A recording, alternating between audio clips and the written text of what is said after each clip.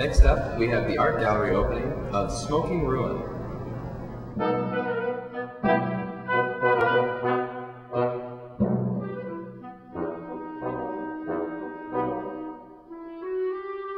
I'm Scott Colville. Well, I've always sort of drawn this way, so my style is sort of naturally to draw with this kind of this half cartoon sort of comic book style with more kind of naturalistic elements, I guess. So, but I've kind of been integrating together digital printing and hand drawing together for quite a while. So it's been sort of a natural progression from one thing to the next. Well, there's a lot of artists who I love looking at. So there's some of the old artists like Goya, who's been a huge influence, or let's see, William Hogarth, Kathy Kollwitz is another artist. But I also really love comic books and graphic novels and cartoons like Looney Tunes or different things like that have been real inspirational. So I kind of mix together like lowbrow culture with more sort of stuff you would maybe see in a museum or something like that. And I like to play with the conventions that are along with both of those. I do. Who doesn't love Godzilla or King Kong? I really, they kind of developed, there are these giant inflatable Godzillas and King Kongs all over the town I live in, Spokane.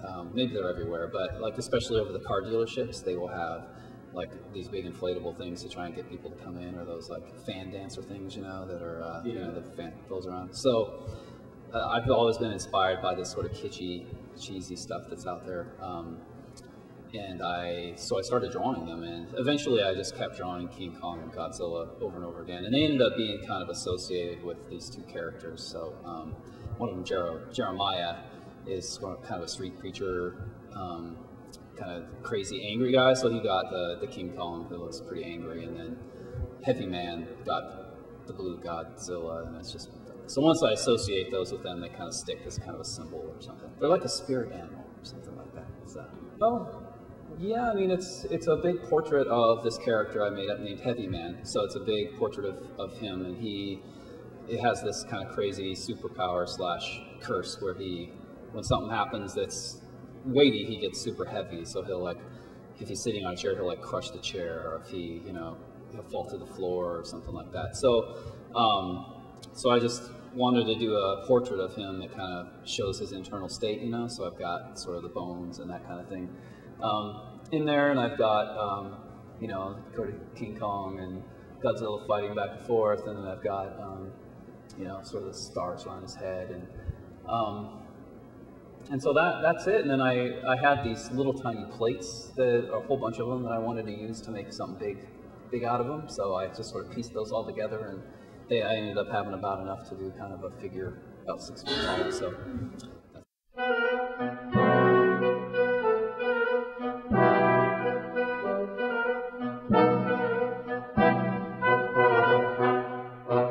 Director of the Museum of Fine Arts, so check it out.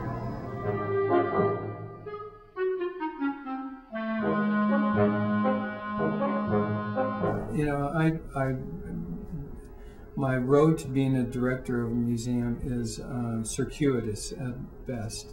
I started as an artist, and a group of artists in San Jose, California, formed an alternative space because we didn't feel like the museums and the galleries were showing, the more edgy kind of work that we were interested in. And so, we created this collective, and as so often happens in a situation like that, there's 150 people that are excited about this, but then 2 or 3 or 4 end up doing everything. And so I was one of those 2 or 3 or 4. And from that, I became more and more interested in other people's work as opposed to just mine. And so I got a job in the museum, and little by little I became curator, and so I've actually done exhibitions literally all over the world, and exhibits that have traveled to museums all over this country and other continents. And so it's been a great just exploration or experience to sort of follow just my interests and see where they took me. And so here I am at WSU.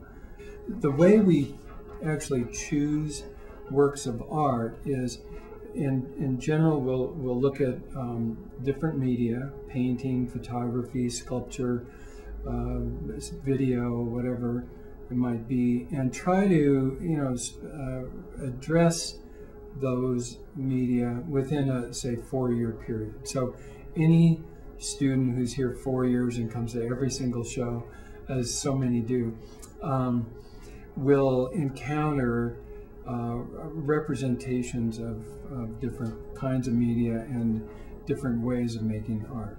And so we'll look at a kind of primary examples of a work of art, whether it's an abstract expressionist painting or a installation piece by an artist, and then build the show around that. Signature piece in this exhibition is a large-scale work called Pause, and it represents, it's a wood construction of the Dukes of Hazzard '69 Dodge Charger crashing into the Unabomber's shack.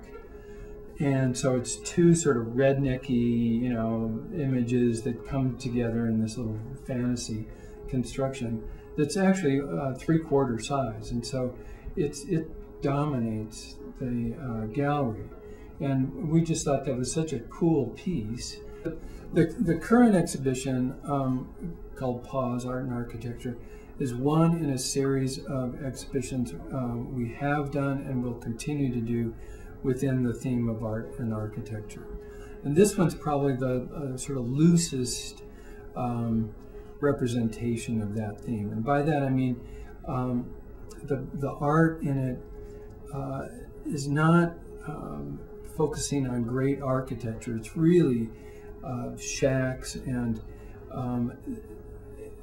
different events that happen within a built environment. So the people who come looking for architecture are maybe going to be a little surprised or kind of curious about what's going on. But what we wanted to do was really come at it from an artist's point of view. And what artists tend to do is look at the sort of the sort of skewed view, or let me put it this way, though. Architects are building form for form, interesting forms, fine materials, interesting materials, function, keep the rain out, keep the heat in, where the artists are looking at what happens in a place, or what sort of ambiguities of perception, or things that we normally wouldn't even look at as architecture, and they're focusing on those things. So, I think this show really is coming at it from the standpoint of how artists see the built environment. Joining us, I'm Rich. And I'm Vanessa. Catch us next week for Art Beat.